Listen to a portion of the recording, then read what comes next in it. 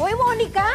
Aga-aga naman, gising ka na. Anong sadya? Mas maaga ka pa sa umaga. Oo, kasi sumasideline na ako sa trabaho.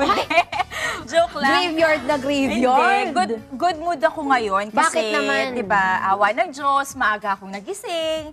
And natapos ko yung report ko. Kasi ang haba-haba, Kikay. Pero Bakit? God is good dahil natapos ko siya. Bongga. Sadyante ba ang peg mo nga lately? Oo, medyo Napaka-studious estudyante mo lang. naman.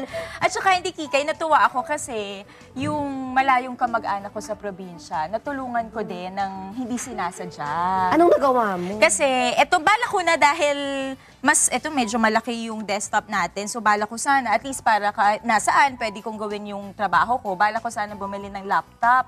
Para sa kamag-anak mo. Hindi, para sa akin. Yun naman pala.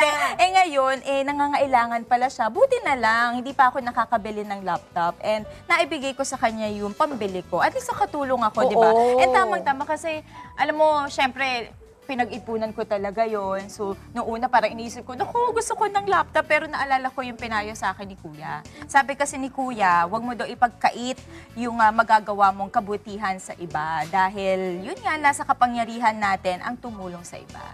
Bongga ka pala. Naku, Monica, ako baliktad. Laging sarili ko inuuna ko. Ay, wag ganyan. Oo nga Halata sa katawan mo. True, kailangan magbago.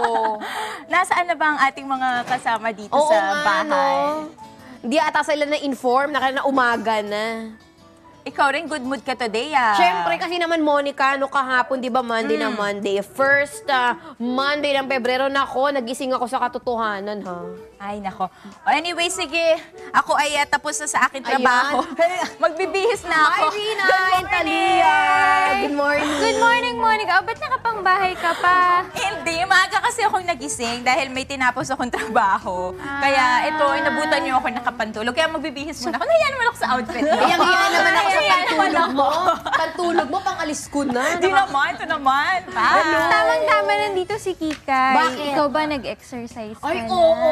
Speaking Di ba of nag-gym ka na ngayon? exercise mo? Zumba, kasi kasama ko yung mga Zumba. nanay. Uy, ito, kasi naman kahapon, di ba, first Monday of the month. Nako, sa wakas sabi ko nga kay Monica, nagising ako sa katotohanan. Na kailangan mo ng... Pumaya. Anong Oo. ginagawa mo aside from Zumba?